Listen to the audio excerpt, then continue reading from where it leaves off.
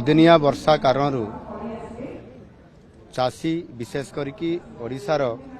उपकूलवर्ती जिला मानकरे 16टी जिले विशेष करके आपंकर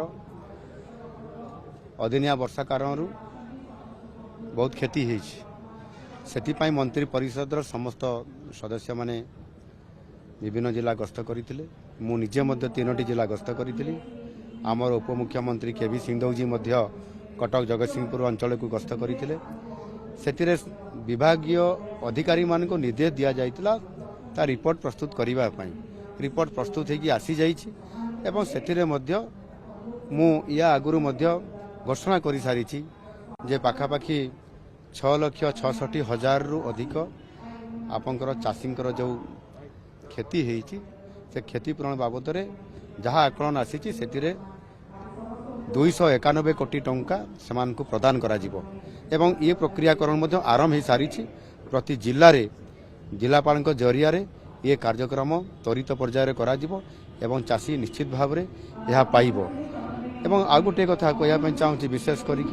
आज ये जो जलसंपद विभाग जो पानी पंचायत पक्षपालन ये कार्यक्रम थिला से आज दिन में सरकार को एवं ये विभाग को सहयोग करने एवं विशेष करी आपंकर जो केनाल गुड़िक रही केनाल गुड़िकर तल मुंड पर्यंत पानी केमती पहुँची पार से विशेष करी करनाड़ी गुड़ी को क्षेत्रनाड़ी गुड़ी को एवं ताको कंक्रीट करी आपंकर तल स्तर को पानी पहुँचार व्यवस्था ये सरकार संपूर्ण भाव में कर कार्यक्रम आरंभ हो स्वतंत्र भाव में पानी पंचायत जो माने सदस्य अच्छा नेतृत्व में दायित्व भी दिखाई से कार्य को सरकार को सहयोग करने जाई निजे तदारक करुँच से कारण आज 39,000 रु अधिक जो पानी पंचायत अच्छी से पंचायत पानी पंचायत समस्त सदस्य माने या निरंतर भाव सरकार को सहयोग कर आसुचंती एवं धीरे धीरे आम सरकार पर्याप्त परिमाण में पानी को किभली भाव में संरक्षण रखा जाई परिबो सेथिपाई आपंकर लाइनिंग करा जाउछि एवं ताहा सहित मध्य ये पानी सबु